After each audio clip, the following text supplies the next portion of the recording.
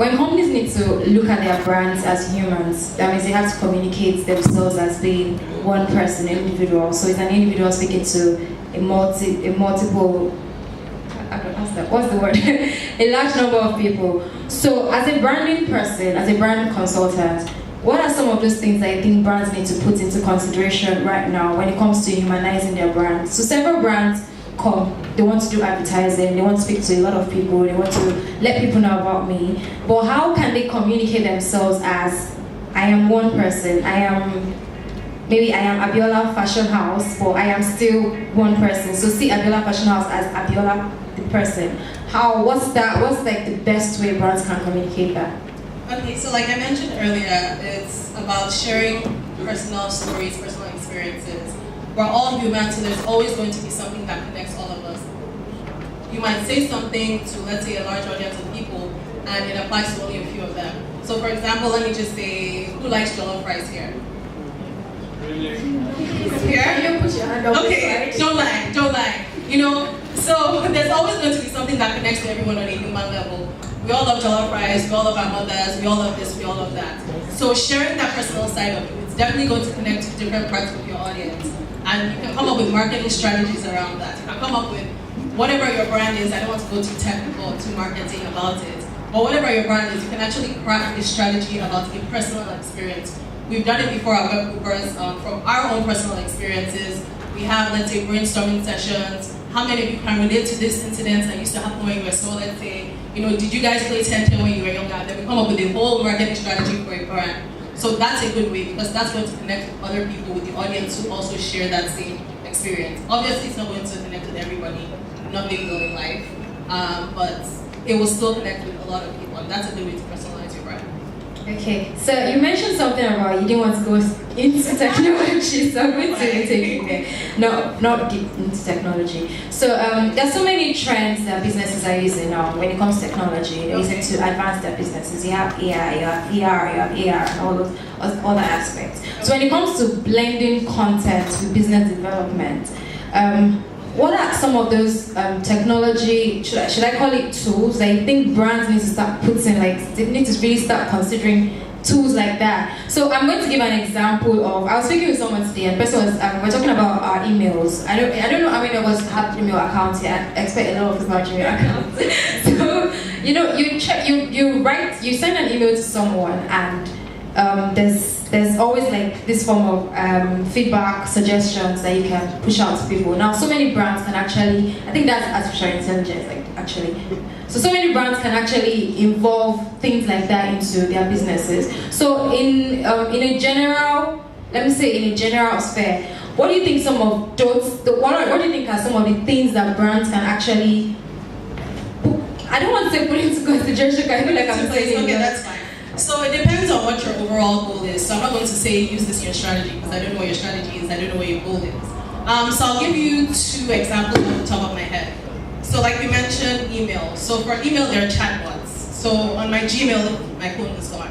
But on my phone, if I receive an email, there's actually at the bottom an automated response. There are about 3 or 4 options that I don't even have to type an answer. So my boss sends me an email, Shay, I need you to do XYZ, XYZ. There's the option of, okay, acknowledge, thanks, we'll revert shortly. So I don't even have to type anything. That's artificial intelligence. So things like that you can actually integrate into your strategy depending on what your goals are. If you're a brand that you don't have a lot of time to be responding to your clients, you can integrate chatbots on social media so you don't have to hire customer service people who are asking a lot of questions. You just have your bots automatically responding to them.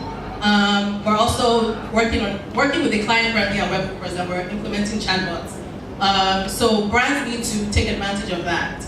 There's also something, I'm not even sure if it's in Nigeria yet, but when I was in a different country, this actually freaked me out. There's eye tracking software. So if you have laptops that have webcams, marketing companies in certain countries can actually track your eyes to see where your eyes are looking at on the ad, and it helps them build better ads. Some people might think this is great. For me personally, I find it creepy. In the future, this might be the norm. You can integrate it into your marketing strategy. You can see, okay, every time someone looks at my ad, they're always looking at the red skirt, so people want to buy the red skirt. Or every time they look at the ad, their eyes go down to the shoes, so people want to buy the shoes. So in future, it's definitely something you can integrate into your strategies. Yeah, that's it. What you mentioned is optimized technology. Okay. Actually, there are some ads in ShopRite and Surulere. They have those cameras. They actually watch those things. But on what you just said, people can integrate analytics and use analytics better. So analytics, you can even check the heat maps. So I don't know how people here manage analytics for their websites. So you have a great website, but beyond looking at traffic and seeing who are your users, what persona, you can actually check heat maps on the sites to know if you put the right content where it's supposed to be, because where their mouse usually goes to click means that more important content is there. Usually, the way it works is there's some kind of F system, so people actually read from right to left.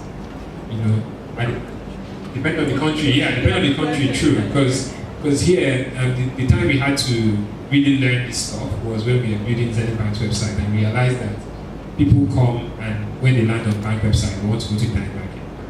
They don't care about all the content we put in there. So we had to put internet banking button right away. They can see it. You know, and it's helped them get lots of much more conversions on their site. And so these are the things that, so when you ask for tools that people should use in their business, they know these tools. What we'll do here is to just keep telling them these things work. You know, there are a lot of tools that work. You know, you can on the website you can actually have page insights. There's Google page insight software that you can load your site in there and check how long they take to load up. Because people land on your website, it takes too long to load, and they're off. 70% of our visitors in Nigeria come from mobile, almost 1% in business. So if people are on mobile, it means you need to be on mobile. It means you need to be there where they are. Just to add on to that, there are two things that. So we're in a time of automation where everything is getting automated, and we're speaking with bots and doing the talking for us and all of this. But I also feel that we're also moving towards this. There's this back and forth where, as much as everyone is pushing towards that automation, we're still trying to keep that human element of it. So, I mean, they're building a website now. There are templates out there. Yeah, with the chatbots, there are things they would offer you, but I think it's important as individual consultants, as branding houses, as whatever, to make sure that when you use these tools, you're still applying that human element, because that is what will differentiate you from the rest of the people out there. So if you want to really build a website and you go and use a template and you don't even try and make it your own, you just collect it from the box, and because it's made it so easy, you don't even want to go that extra level. Those templates are meant to be guidelines, and I think it's important. So whenever we take on all these new technologies and how it's making it so easy for us to get business out and all of it, it's important that we keep that human element in there to make sure that it's still a personable thing, because that's what will make me feel, or make you feel, that you need to go with a brand. Like you said, Coca-Cola is trying to make them seem as they're a human being, so that when you think about Coca-Cola, it's almost like you know them personally, because you would rather buy something from somebody you know than somebody that is just trying to sell and all that. So again, just to buttress that, the whole automation versus personalization, it's important that we keep that human element in order to make our brands more.